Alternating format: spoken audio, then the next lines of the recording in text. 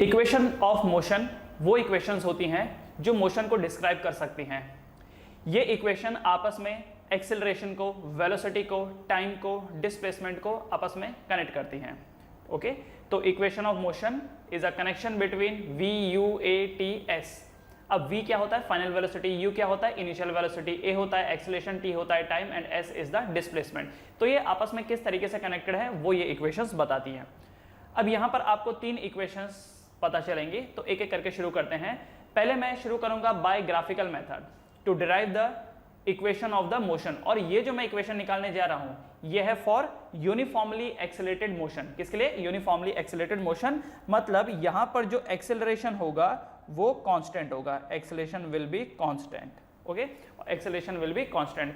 तो equation of motion में हम लोग को एक्सेलरेशन कांस्टेंट तक ही जाना है, उसके आगे नहीं जाएंगे। ऑलराइट, तो चलो शुरू करते हैं। The first one is by graphical method. पहला यहां पर ग्राफिकल मेथड। तो ग्राफिकल मेथड से हम लोग डिराइव करेंगे इक्वेशन ऑफ मोशन को। तो इसके लिए ग्राफ की जरूरत पड़ेगी, तो चलिए मैं ग्राफ बना देता हूं।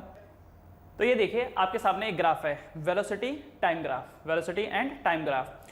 तो यहां पर देखिए एक ऑब्जेक्ट है जो यहां से शुरू कर रहा है। ये जो पॉइंट है इस पॉइंट को हम लोग u बोलेंगे, this point is u। Why? क्योंकि ये रिप्रेजेंट करता है इनिशियल वेलोसिटी। और थोड़ी देर बाद उसने एक्सेलरेट किया और उसकी फाइनल वेलोसिटी हो गई v। उसकी फाइनल जो वेलोसिटी है वो v हो गई। ओके, और उसने कितना टाइम लिया? लेट्स से कि ये जो टाइम इंटरवल है ये है t। उसने t टाइम में, देखो जब उसने शुरू किया था तो उसकी इनिशियल वेलोसिटी थी u, फाइनली उसकी वेलोसिटी हो गई v। और इसके दौरान कितना टाइम लगा? t टाइम लगा। तो क्या मैं ये बोल सकता हूं कि ये जो डिस्टेंस है ये डिस्टेंस u हो जाएगा, दिस विल बिकम u। और ये जो पूरा डिस्टेंस है ये बन जाएगा v, ये पूरा बन जाएगा v, है ना? ये जो पूरा है ये बन जाएगा v। एंड इतना जो हिस्सा होगा ये क्या होगा? What will be this? क्या ये हिस्सा v माइनस u होगा? है ना, क्या ये v माइनस u होगा? क्योंकि ऊपर वाला ये जो पूरा है, दिस पूरा एक्सप्रेशन है ना, ये देख रहे हो, ये जो पूरा एक्सप्रेशन है ये पूरा एक्सप्रेशन v है और ये लेफ्ट साइड वाला u है ना? तो ये जो इतना पार्ट है ये क्या बन जाएगा? v minus you. करेक्ट, तो इतना तो क्लियर होगा। अब देखो जरा यहां पर आपको मैंने पहले भी ये चीज बताया था कि वेलोसिटी टाइम ग्राफ में जो स्लोप होता है वो क्या बताता है? याद करो जरा, वेलोसिटी टाइम ग्राफ में जो स्लोप होता है वो क्या बताता है आपको? एक्सेलरेशन। वो बताता है आपको एक्सेलरेशन, राइट? तो यहां पर देखो जरा, what will be the acceleration. इस केस में एक्सेलरेशन क्या होगा? तो एक्सेलरेशन के लिए क्या आपको ये वाला ट्राइंगल देखना पड़ेगा, है ना? क्योंकि इसी ट्राइंगल में तो एक्सेलरेट हो रहा है। एक्सेलरेट मतलब क्या? एक्सेलरेट मतलब क्या? वेलोसिटी का बढ़ना एक्सेलरेशन होता है, राइट? वेलोसिटी का बढ़ना एक्सेलरेशन होता है। तो ये जो लाइन है ना, ये लाइन दिखा रही है एक्सेलरेशन, ये लाइन आपको दिखा रही है एक्सेलरेशन। तो एक्सेलरेशन कैसे निकालते हैं हम लोग? y axis divided by x axis, या फिर आप ये बोल सकते हो कि velocity change in velocity by time, ये निकाल सकते हो। तो एक्सेलरेशन कितना बन जाएगा? What is change in velocity?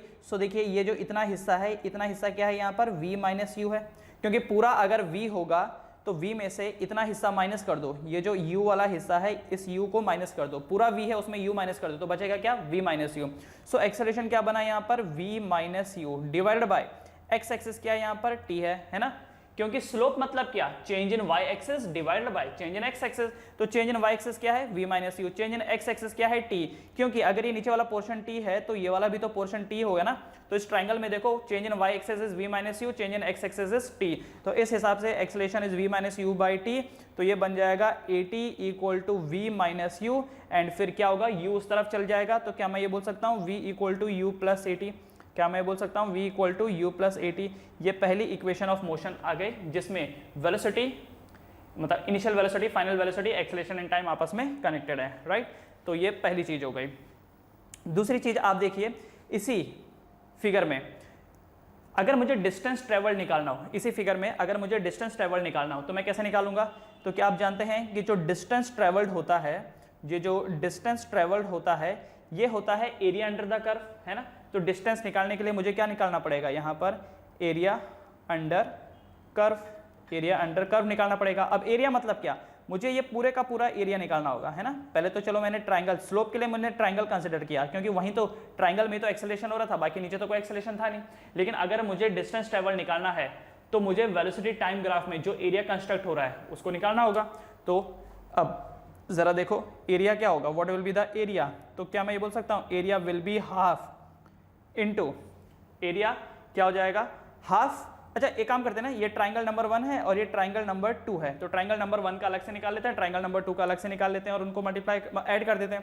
Triangle number का एरिया क्या होगा, 1 का हाफ, बेस कितना है t और हाइट कितना है v माइनस यू, प्लस ये जो नीचे वाला है, ये जो सेकंड नंबर रेक्टेंगल है ये, तो रेक्टेंगल का एरिया क्या होगा u इंटू टी, क्योंकि लेंथ है t और हाइट कितना है u, करेक्ट। तो इसको मैं थोड़ा रीअरेंज करके ये लिख सकता हूँ s equal to u t plus half v minus u into t, लिख सकता हूँ मैं s equal to u t plus half v minus u into t, इसको लिखा जा सकता है। अब जरा ऊपर देखिए, ये जो आपने लिखा ना acceleration equal to v minus u by t, correct लिखा है। क्या यहां से मैं ये बोल सकता हूं कि v minus U A T के बराबर है? क्या मैं बोल सकता हूं v माइनस यू जो है वो ए टी के बराबर है? तो इस v माइनस यू की जगह पर आप ए टी डाल दीजिए, इस v माइनस यू की जगह पर आप ए टी डाल दीजिए, ठीक है। ये देखिए, ये यहां से मैं क्या करूंगा, v माइनस यू की जगह पर ए टी डाल दूंगा। So this will become s equal to u t plus half, इसकी जगह पर ए टी आ जाएगा और ये टी ऑलरेडी है ही, है ना, टी साइड में है और v माइनस यू की जगह पर ए टी आ जाएगा, तो you t plus half a t into t. अच्छा एक काम करते हैं, ए टी इंटू टी को ए टी स्क्वायर कर देते हैं, s equal to u t plus half a t square, right. तो ये देखिए आ गया, सेकंड इक्वेशन ऑफ मोशन आ गई। तीसरे वाले के लिए क्या करना है अपने को, अगेन s इक्वल टू क्या बन जाएगा, s मतलब क्या, डिस्टेंस ट्रेवल, तो डिस्टेंस ट्रेवल मतलब एरिया अंडर द कर्व। अच्छा ये जो एरिया है क्या मैं ट्रेपेजियम के फॉर्मूले से भी निकाल सकता हूं? ट्रेपेजियम का फॉर्मूला क्या बोलता है, half into sum of the parallel side. तो sum of the parallel side मतलब एक तो हो गया u प्लस दूसरी साइड क्या यहां पर v, half into sum of the parallel side, बराबर ना।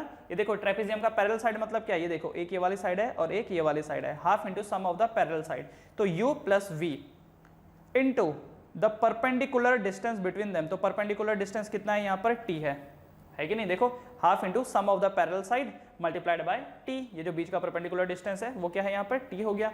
तो देखो ये s equal to half of u plus v into t. अच्छा एक और चीज देखो, ये जो हमने एक्सेलरेशन का फॉर्मूला बोला था, एक्सेलरेशन क्या था यहाँ पर, v minus u divided by T, बराबर यही था। तो क्या मैं यहां से ऐसा कर सकता हूं कि t equal to v minus u by a, क्या मैं ऐसा बोल सकता हूं, है ना, acceleration is v minus u by t, तो t को इधर ले लो लेफ्ट में और a को नीचे ले लो, तो t equal to v minus u by a हो जाएगा। और इसी t की जगह पर, ये जो t है ना, इसी t की जगह पर आप v minus u by a डाल देंगे। So what this become, half into u plus v into t की जगह पर क्या आ जाएगा, v minus u divided by a, v minus u divided by a, correct. अब देखिए जरा यहाँ पर s equal to u plus v into v minus u. अच्छा जो u प्लस वी है इसको v प्लस यू भी बोला जा सकता है, तो v plus u into v minus u क्या होता है, v square minus u square divided by 2 into a क्या हो जाएगा 2a।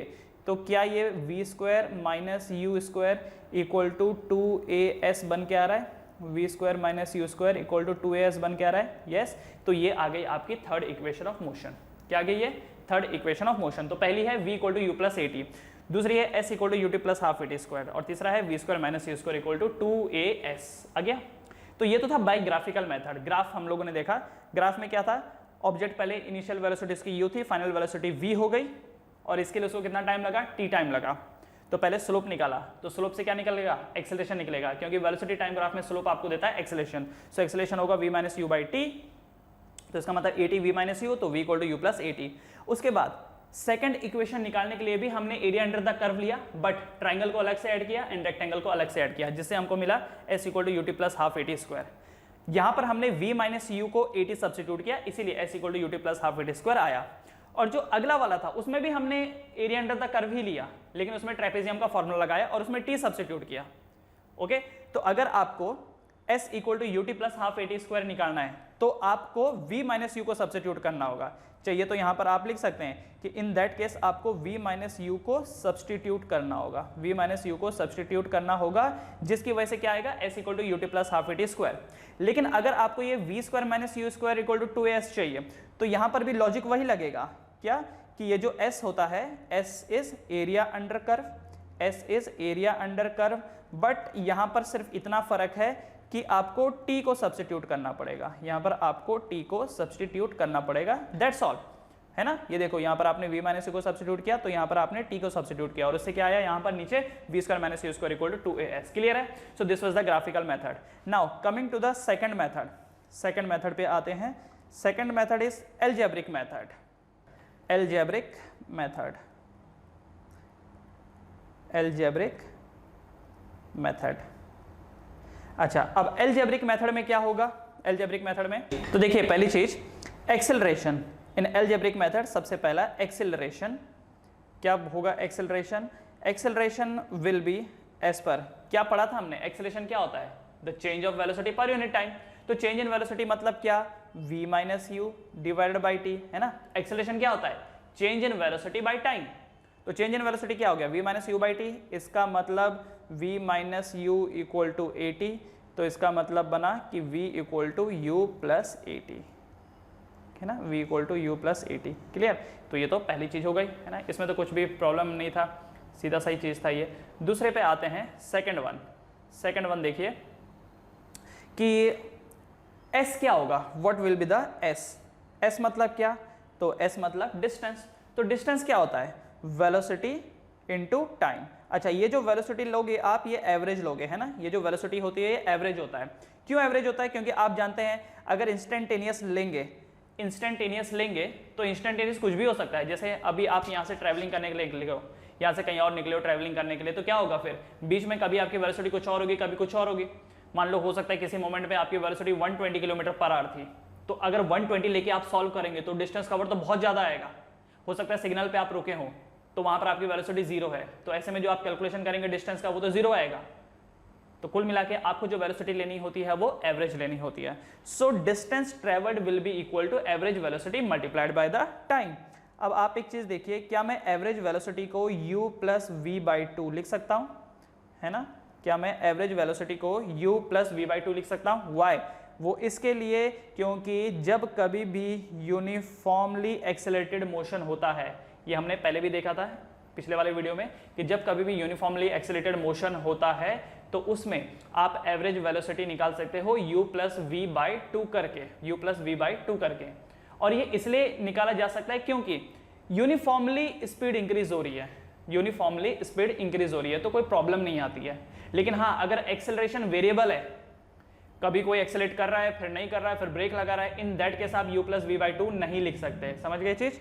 ओके, तो मैंने यहाँ पर v एवरेज को क्या लिखा? u plus v by two into t. अब मैं एक काम यहाँ पर करता हूँ कि u प्लस, क्या मैं इस v को, ये देख रहे हो ये वाला जो v है, क्या मैं इस v को u प्लस ए टी लिख सकता हूँ? क्योंकि अभी अभी जस्ट निकाला था v इक्वल टू क्या होता है? u प्लस ए टी होता है divided by two into t. कर सकते हैं ऐसा। उसके बाद देखिए s equal to 2u plus a t divided by two into t किया जा सकता है। That means s equal to, अब ये देखिए जो 2u प्लस ए टी है इन दोनों को 2 से डिवाइड कर दीजिए, क्योंकि कॉमन डिनोमिनेटर है तो 2 से डिवाइड हो जाएगा। ये 2 से डिवाइड हो जाएगा तो ये क्या बन जाएगा? u plus half a T और साइड में t भी मौजूद है। इसका मतलब ये बना s इक्वल टू u फिर t के साथ मल्टीप्लाई हो जाएगा u t plus half a t square, s equal to u t plus half a t square. Correct? आ गया? देख लीजिए सेकंड इक्वेशन आ गया, s equal to u t plus half a t square. Right? Okay, अब बढ़ते हैं फिर तीसरे वाले पे। तो तीसरा वाला क्या हो जाएगा? अगेन जो स्पीड है, speed will be what? Average velocity into time. Speed क्या होती है? Average velocity into time. तो s equal to average velocity मतलब u plus v divided by two, u plus v divided by to.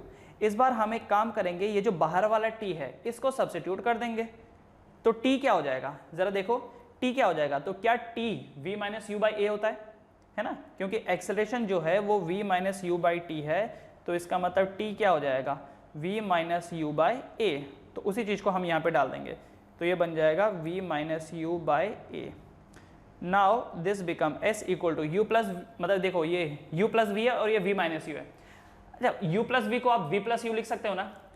देखो u plus v मतलब v plus u, तो v plus u into v minus u क्या हो जाएगा? v square minus u square divided by 2 into a क्या हो जाएगा 2a, इसका मतलब v square minus u square equal to 2as। This is your third equation of motion, third equation of motion आ गया। तो ये था algebraic method, this was algebraic method, v equal to u plus a t, s equal to ut plus half a t square and v square minus u square equal to 2as, right. Now we will move toward calculus method. तीसरा है यहाँ पर calculus method, calculus method. अब calculus method में क्या होगा, acceleration equal to क्या लिख सकते हैं हम लोग, acceleration equal to dv by dt, यही पढ़ा था। कैलकुलस मतलब क्या, देखो डिफरेंशिएशन इंटीग्रेशन ये कैलकुलस का हिस्सा है। जब भी कोई बोलता है ना कैलकुलस तो समझ लो डिवाइड का मतलब वहां पर डिफरेंशिएशन का लॉजिक लगने वाला है और मल्टीप्लाई में इंटीग्रेशन। तो कैलकुलस मतलब डिफरेंशिएशन एंड इंटीग्रेशन को ही बोलते हैं। तो यहाँ पर जितने भी चीजें आप सॉल्व करोगे वो डिफरेंशिएशन और इंटीग्रेशन उसमें इन्वॉल्व होगा, इसलिए मैंने क्या लिखा, acceleration equal to dv by dt। Okay, अच्छा अब जरा देखो acceleration equal to dv by dt, तो क्या मैं इसको ये भी लिख सकता हूं dv equal to a dot dt, dv equal to a dot dt, इसको लिखा जा सकता है। नाउ हमें चाहिए वेलोसिटी, ये हमें क्या बता रहा है dv, हमें चाहिए वेलोसिटी और ये हमें क्या बता रहा है dv। तो क्या करेंगे हम लोग, इसको इंटीग्रेट करेंगे, इंटीग्रेट बोथ हैंड साइड। अच्छा एक चीज मैं आपको यहां बता देता हूं, सुनिए ध्यान से। सपोज मैंने एक इक्वेशन लिखी y equal to let's say y equal to 2x square plus 3x, मान लीजिए ये एक इक्वेशन है। ये क्या है, this is a general equation. क्या है ये, एक जनरल इक्वेशन है। अगर मैं यहां पर x की वैल्यू डालूंगा तो मुझे y की वैल्यू मिलेगी, x की वैल्यू में बदलूंगा तो मुझे y की वैल्यू भी चेंज होती हुई नजर आएगी। Okay good. तो एक पर्टिकुलर x पे आपको एक पर्टिकुलर y जरूर मिलेगा। चाहिए तो आप देख सकते हो, x की वैल्यू 0 पुट कर दो तो y 0 आएगा, x की वैल्यू 1 पुट कर दो तो y 5 आएगा। इस वे में अगर मैं इस y को डिफरेंशिएट कर दूं, राइट साइड को भी डिफरेंशिएट कर दूं, तो चलो डिफरेंशिएट कर देते हैं। तो डिफरेंशिएट करने के बाद जो लेफ्ट साइड है वो क्या बन जाएगा, dy बाई dx। तो अगर लेफ्ट साइड को डिफरेंशिएट किया तो राइट साइड को भी कर लो। So what is dy by dx of 2x square, dy by dx of 2x square क्या होता है। एक काम करते हैं, चलो मैं चाहिए तो पूरा स्टेप लिख देता हूं। ये बन जाएगा dy by dx of 2x square plus 3x। ठीक है, ये देखो इक्वेशन थी y equal to 2x square plus 3x, मैंने दोनों साइड डिफरेंशिएट किया, dy बाई dx किया, तो लेफ्ट साइड क्या बना, लेफ्ट साइड बना dy by dx is equal to 2x square का डिफरेंशिएशन कितना होता है 4x और 3x का डिफरेंशिएशन कितना होता है 3। तो देखो एक ये इक्वेशन है जो जनरल है और एक ये जो अभी इक्वेशन निकाली ये भी तो एक इक्वेशन है, पर इसे क्या बोलते हैं हम लोग, इसे बोलते हैं डिफरेंशियल इक्वेशन। क्या बोलते हैं इसको, differential equations. y equal to 2x square plus 3x, it is general equation. उसको डिफरेंशिएट करने के बाद जो इक्वेशन प्रोड्यूस हुई, अब ये देखो ना dy by dx equal to 4x plus 3, ये भी तो एक इक्वेशन है और इस इक्वेशन को कहा जाता है डिफरेंशियल इक्वेशन। क्यों, क्योंकि डिफरेंशिएशन के फॉर्म में है, ये dy बाई dx के फॉर्म में है। अब मुझे एक बात बताओ, अगर इस डिफरेंशियल इक्वेशन में मैं x की वैल्यू डालता हूं तो क्या मुझे y मिलेगा। डिफरेंशियल इक्वेशन में अगर मैं x की वैल्यू डालता हूं तो क्या मुझे y मिलेगा, नहीं मिलेगा, मुझे rate of change of y मिलेगा। क्या, मुझे क्या मिलेगा, rate of change of y मिलेगा डिफरेंशियल इक्वेशन में जब मैं x की वैल्यू डालता हूं। तो याद रखिए जनरल इक्वेशन में आप x की वैल्यू डालते हैं तो आपको y की वैल्यू मिलती है। मैंने 5 पेन लिए तो कितना प्राइस हुआ इसका, 50 रुपया। ओके, मैंने 10 लिया, मैंने ये जो 10 पेन लिए तो उसके अकॉर्डिंगली कितना प्राइस आएगा, तो वो हमको मिल जाएगा। लेकिन अगर ऐसा होगा कि मैं पूछ रहा हूं इस 5 पेन का क्या कीमत है, तो सामने वाला बोलता है कि अगर आप 5 लेंगे तो रेट ऑफ चेंज विल भी इतना इतना, 10 लोगे तो रेट ऑफ चेंज विल भी इतना इतना, 15 लोगे तो रेट ऑफ चेंज विल भी इतना इतना, तो क्या होगा, मेरा तो वो समझेगा ना यार ये क्या हो रहा है, मतलब प्राइस बताओ ना यार। तो याद रखो जनरल इक्वेशन से आप x और y का रिलेशन निकाल सकते हो, लेकिन डिफरेंशियल इक्वेशन में प्रॉब्लम यह है कि जब आप x की वैल्यू डालते हैं तो आपको rate of change of y मिलता है, y नहीं मिलता, rate of change of y मिलता है। और हम जितने भी चीजें डिराइव करते हैं, जितने भी चीजें निकालते हैं, जो भी आंसर्स निकालते हैं वो जनरल इक्वेशन से ही निकाल सकते हैं। तो हम लोग क्या करते हैं, सुनिए, मैंने यहां पर क्या किया, जनरल इक्वेशन को डिफरेंशिएट किया तो जाकर के क्या आया, डिफरेंशियल इक्वेशन। अब मुझे डिफरेंशियल इक्वेशन के साथ क्या करना होगा कि जनरल इक्वेशन आ जाए, क्या करना होगा, तो मुझे ऐसा रिवर्स ऑर्डर पकड़ना होगा। तो डिफरेंशिएशन का उल्टा क्या होता है, integration. So I have to integrate. कैसे इंटीग्रेट करूंगा? इंटीग्रेट ऐसा करूंगा कि dy को एक तरफ ले लूंगा और बाकी जो एक ही खानदान के उनको एक तरफ ले लूंगा। अब एक ही खानदान मतलब क्या है? देखो ये 4x + 3 एंड ये dx, ये देख रहे हो 4x + 3। वैसे तो 3 तो किसी के साथ भी जुड़ सकता है, कोई प्रॉब्लम नहीं है, लेकिन चलो राइट साइड में रहने दो। तो लेफ्ट साइड में dy हो जाएगा एंड राइट साइड में क्या हो जाएगा? 4x + 3 into dx। तो सारे x को एक तरफ, सारे y को एक तरफ। नाउ इंटीग्रेट, और जब आप इंटीग्रेट करेंगे तो आ जाएगी जनरल इक्वेशन, और एक बार जनरल इक्वेशन आ गई तो आपके लिए काम आसान हो जाएगा। इसलिए अब ये देखो एक्सेलरेशन इक्वल टू dv/dt था, तो dv equal to integration of a dt, है ना, क्योंकि मुझे तो v चाहिए ना, मुझे तो v चाहिए, मुझे dv थोड़ी चाहिए था। नाउ इंटीग्रेट करो। अब आप जब वेलोसिटी dv को इंटीग्रेट करोगे, सारे छोटे छोटे dv को मिलाओगे तो क्या मिलेगा? बड़ा v मिलेगा। क्या मिलेगा? बड़ा v। जैसे पेन है, इस पेन के छोटे छोटे टुकड़ों को अगर मैं जोड़ूं, मान लो किसी ने पेन को तोड़ दिया, ये एक पेन था, इसका किसी ने d/dx कर दिया। d/dx मतलब क्या? तोड़ ताड़ के ऐसा चूरा बना के मेरे को दे दिया। तो पेन का उसने क्या किया? डेरिवेटिव निकाल दिया, तोड़ दिया उसको, चूर चूर कर दिया। अब मैं क्या कर रहा हूं? उन सारे टुकड़ों को, सारे डेरिवेटिव के टुकड़ों को जोड़ जोड़ करके, जोड़ने का प्रोसेस क्या होता है? इंटीग्रेशन। ये वर्ड भी सुना होगा, नेशनल इंटीग्रेशन, कि सारे राज्य, सारी संस्कृतियां आपस में मिलजुल करके रहें, नेशनल इंटीग्रेशन। तो मिल जुलने को बोलते हैं हम लोग इंटीग्रेट करना। तो ये जितने भी इस पेन के छोटे छोटे टुकड़े किए गए थे, उन सब टुकड़ों को मैंने आपस में जोड़ दिया, सिल दिया, चिपका दिया, व्हाटएवर, और मैंने वापस एक पेन बना दिया। तो याद रखिए, छोटे छोटे आप dv को जोड़ोगे तो बड़ा v बनेगा, छोटे छोटे पेन के टुकड़ों को जोड़ोगे तो पेन बन करके आएगा, बड़ा पेन बन करके आएगा, छोटे छोटे एरिया को जोड़ोगे तो बड़ा एरिया बन के आएगा, छोटे छोटे वर्क डन को जोड़ोगे तो बड़ा वर्क डन करके आएगा, छोटे छोटे मार्क्स को जोड़ोगे तो बड़े मार्क्स बन जाएंगे, ज्यादा मार्क्स बन जाएंगे। ओके, तो वही बात है। तो यहाँ पर dv जब इंटीग्रेट होगा तो क्या आएगा? v इक्वल टू, अच्छा, एक्सेलरेशन इंटीग्रेशन से बाहर आ जाएगा। क्यों आएगा भाई? क्यों आएगा बाहर? वो इसलिए आएगा क्योंकि एक्सेलरेशन इज कांस्टेंट। और क्यों एक्सेलरेशन कांस्टेंट हुआ? Because we are talking about uniformly accelerated motion. तो a बाहर आ जाएगा, अंदर क्या रह जाएगा? Integration of dt। तो इंटीग्रेशन ऑफ dt क्या हो जाएगा? t। इंटीग्रेशन ऑफ dt क्या हो जाएगा? यहाँ पर t हो जाएगा। चाहिए तो मैं एक और स्टेप यहाँ पर लिख देता हूँ ताकि आप कल के दिन कंफ्यूज ना हो।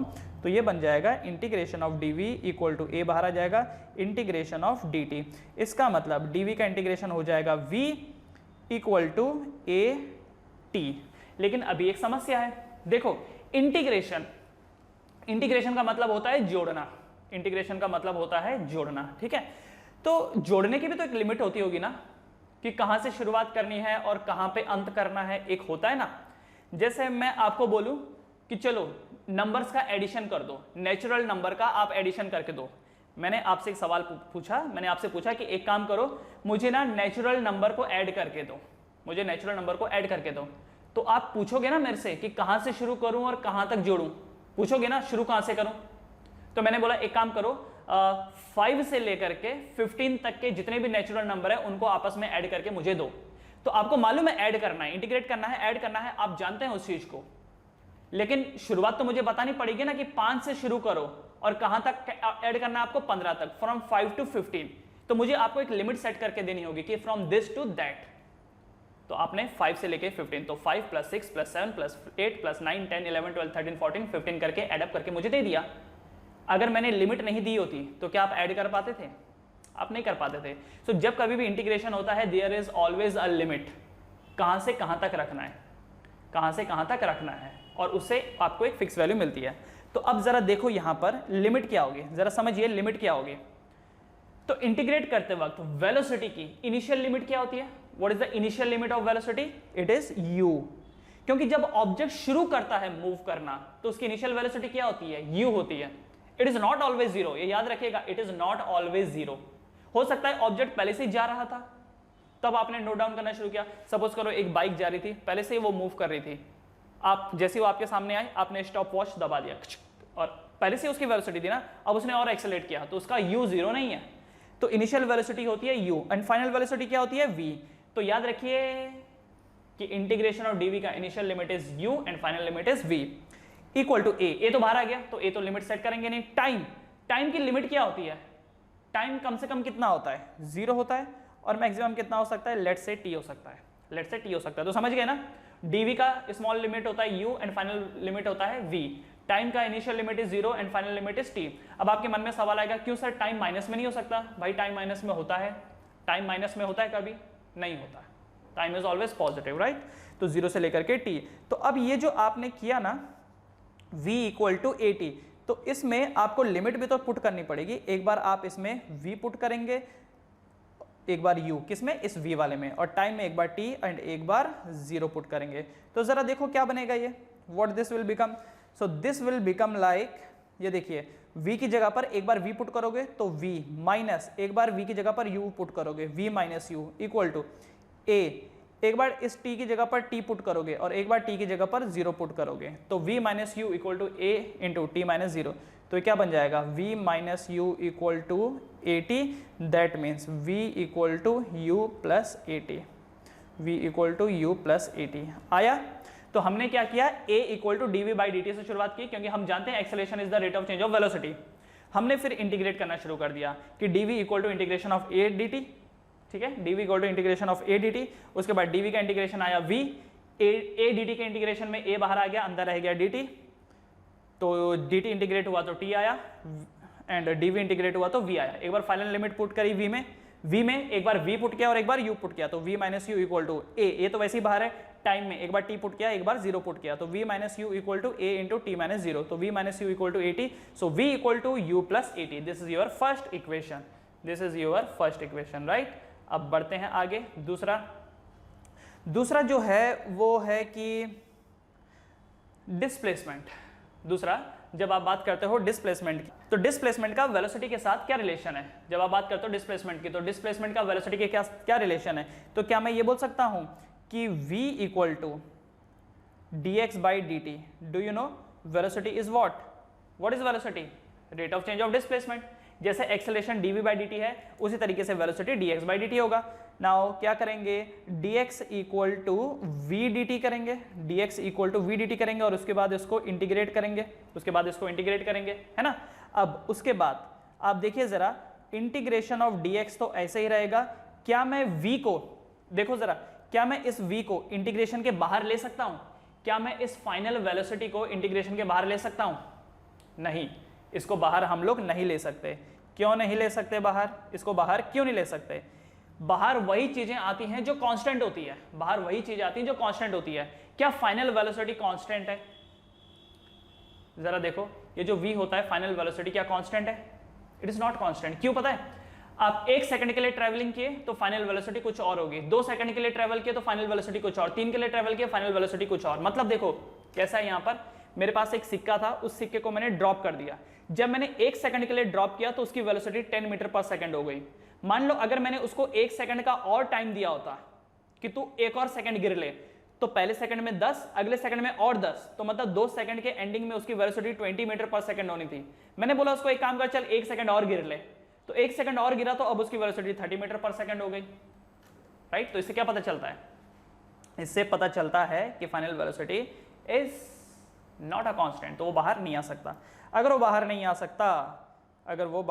आ सकता, तो क्या करेंगे हम लोग, v को सब्स्टिट्यूट कर देंगे। तो v क्या होता है, u plus a t, what is v, u plus a t into d T.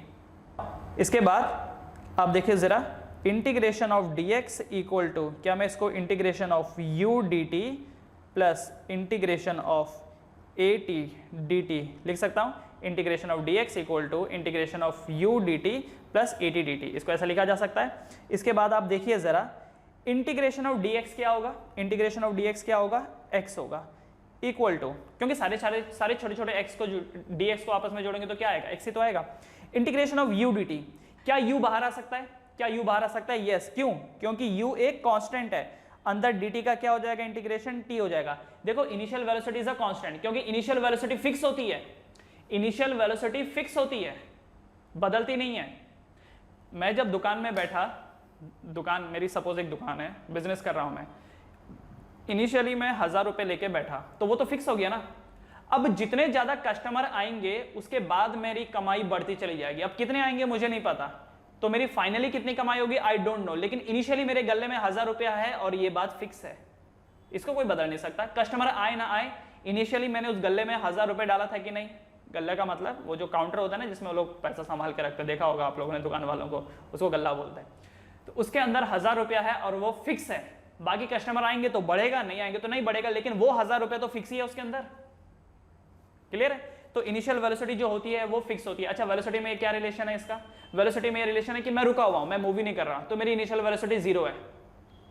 अब अगर मैं मूव किया तो मेरी फाइनल वेलोसिटी बदल जाएगी, बढ़ जाएगी, और अगर मूव नहीं किया तो नहीं बढ़ेगी। तो फाइनल वेलोसिटी इज डिपेंडेंट, पर initial velocity is not dependent. Initial velocity is not dependent, it is constant. तो यू कांस्टेंट है, बाहर आ जाएगा इंटीग्रेशन ऑफ टी प्लस, यहां पर देखो क्या ये ए बाहर आ जाएगा इंटीग्रेशन के, देखिए जरा, क्या ये ए इंटीग्रेशन के बाहर आ जाएगा? यस। और अंदर क्या रह जाएगा? Integration of t d t. तो integration of t d t क्या होगा?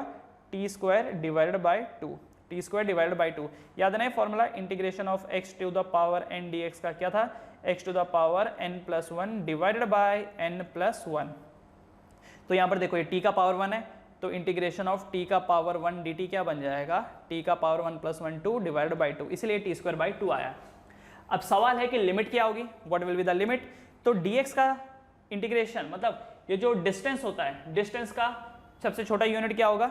0, एंड फाइनल क्या होगा यहाँ पर? s। ओके, सबसे छोटा क्या? 0, एंड फाइनल क्या है? s। अब यहाँ पर ये जो u है, u ने तो वैसे ही बाहर आ जाना है, ये जो u है u ने वैसे ही बाहर आ जाना है, तो अंदर बचेगा dt। तो टाइम का लिमिट क्या होता है? 0 से लेकर के t तक होता है। अब ये देखो a ने बाहर आ जाना है, अंदर टाइम आ जाएगा, तो 0 से लेकर के t तक। तो याद रखो लिमिट उसी की डाली जाती है जो इंटीग्रेशन के अंदर होता है, जिन्होंने बाहर आ जाना है वो तो खत्म बात। जैसे यहाँ पर u dt में से u बाहर आ जाएगा, तो u की कोई बात ही नहीं कर रहा, तो dt की लिमिट लगेगी। ओके, तो देखो अब यहाँ पर ये जो x है इसकी इनिशियल लिमिट थी 0, फाइनल लिमिट है s है ना। टाइम की इनिशियल लिमिट थी 0, फाइनल है t, और यहाँ पर इसकी इनिशियल 0 है, फाइनल t है। तो चलो इसमें वैल्यू डाल के देखेंगे। तो देखो ये क्या बन जाएगा? x की जगह पर एक बार s आएगा, s माइनस 0 इक्वल टू ये बन जाएगा u into t minus 0 plus half a बाहर आ जाएगा, अंदर आ जाएगा टी स्क्वायर माइनस 0 स्क्वायर बना। That means s is equal to u t plus half a t square, s equal to u t plus half a t square. So this is your second equation of motion. ये आपकी second equation of motion हो गई। अब तीसरे पे आते हैं। वापस मैं इसकी हेल्प लूंगा एक्सेलरेशन की। Acceleration is what? dv by dt। Acceleration क्या होता है? dv बाय dt होता है। Now what I am doing is a equal to dv by dt तो है, मैं ऊपर और नीचे dx मल्टीप्लाई कर रहा हूँ। ठीक है, मैंने क्या किया? ऊपर और नीचे dx मल्टीप्लाई कर दिया, एंड इसको थोड़ा रीअरेंज कर देता हूँ मैं। a equal to dv by dx, देखो इसको मैं इधर कर रहा हूँ, ठीक है ना, एंड इसको मैं इधर कर रहा हूँ, तो क्या हो जाएगा? a equal to dv by dx into dv by dx into dx by dt, यही बन जाएगा। मैंने जस्ट जगह इंटरचेंज कर दी, dt और dx को आपस में इंटरचेंज कर दिया। अब आप देखिए क्या acceleration equal to dv by dx into dx by dt क्या होता है? v होता है। मुझे बताएं ज़रा, ये जो dv बाई dx है क्या ये वेलोसिटी होता है? क्या ये वेलोसिटी होता है? इसका मतलब acceleration is dv by dx into v। Acceleration is dv by dx into v। Clear?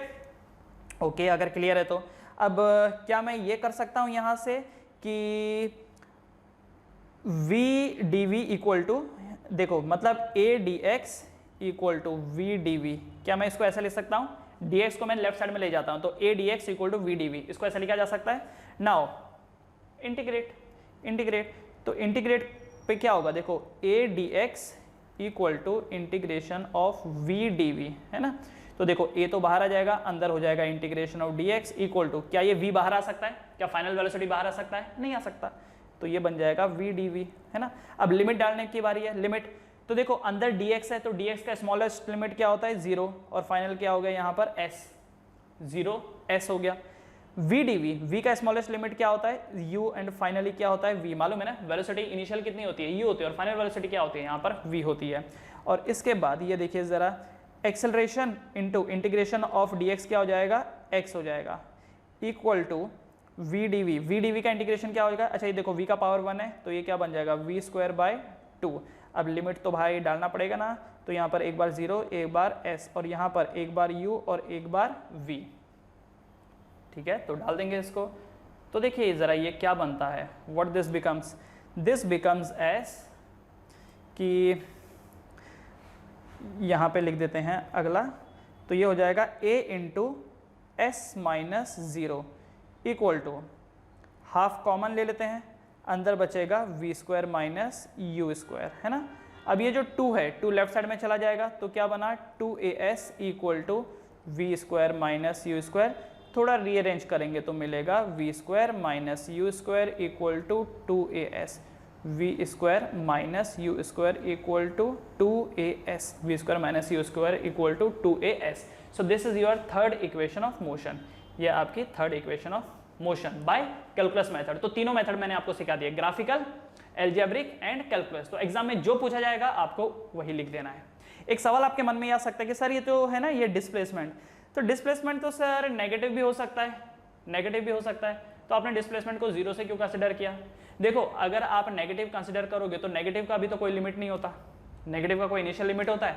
नहीं होता। दूसरा, अगर डिस्प्लेसमेंट नेगेटिव हो भी गया, आपको क्या करना है कि जो भी यात्रा है ना आपकी उसको पार्ट वाइज तोड़ देना है। तो नेगेटिव का आप अलग से सॉल्व करेंगे और पॉजिटिव वाला अलग से सॉल्व करेंगे। जब भी न्यूमेरिकल वाले क्वेश्चन आएंगे ना तब आपको समझ में आएगा कि जो भी यहाँ पर आपको ट्रैक दिया जाएगा ना उसको आपको पार्ट वाइज ब्रेक करके सॉल्व करना है। तो पॉजिटिव हिस्से को अलग सॉल्व करो और नेगेटिव वाले को अलग सॉल्व करो, कोई पंगा नहीं आएगा। क्लियर है ये चीज?